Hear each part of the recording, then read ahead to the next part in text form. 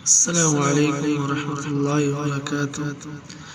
आज हम सीखेंगे औलाद की नेमत के लिए, यानी जो हजरात औलाद से महरूम है, उनके पास औलाद नहीं है, परेशान हाल है, तो इस कुरानी आयत पर अमल करें।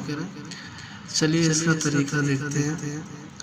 बिस्मिल्लाहिर्रहमानिर्रहीम। जो औलाद की नेमत से महरूम हो, अल्लाह पर भरोसा रखते हुए कसरत से इन आयत का अमीद करें। अऊज़ु बिल्लाहि मिनश शैतानिर रजीम। बिस्मिल्लाहिर्रहमानिर्रहीम। अल्लज़ी अहसन कुल्ल शैइन खलक़हु अल्लज़ी अहसन कुल्ल शैइन खलक़हु व बदअ खल्क़ल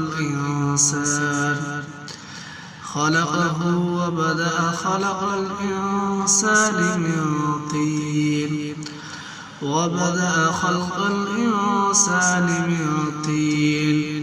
ثم جعل نسله من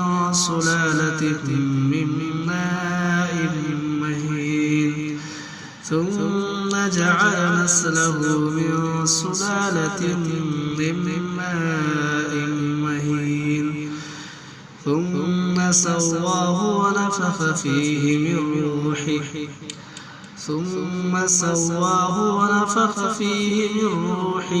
وجعل لكم السمع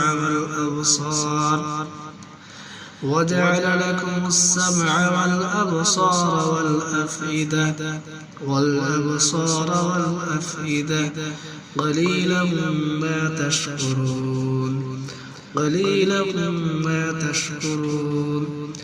तर्जुमा, जिसने हर चीज़ को बहुत अच्छी तरह बनाया, यानी उसको पैदा किया, और इंसान की पैदाइश को मनी से शुरू किया, फिर उसकी नस्ल खुलासे यानी हकीर पानी से पैदा की, फिर उसको दुरुस्त किया, फिर उसमें अपनी तरफ से रूह फूंकी और तुम्हारे कान और आँखें और दिल बनाए, मगर तुम बहुत कम शुक्र करते हो।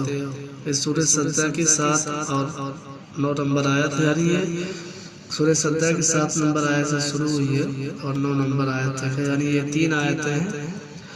इसको कसरत से पढ़ें, इंशाअल्लाह अल्लाह रब्बुल इज्जत ज़रूर औलाद से नवाजेगा। अस्सलामु अलैकुम वरहमतुल्लाहि वबरकातुहू।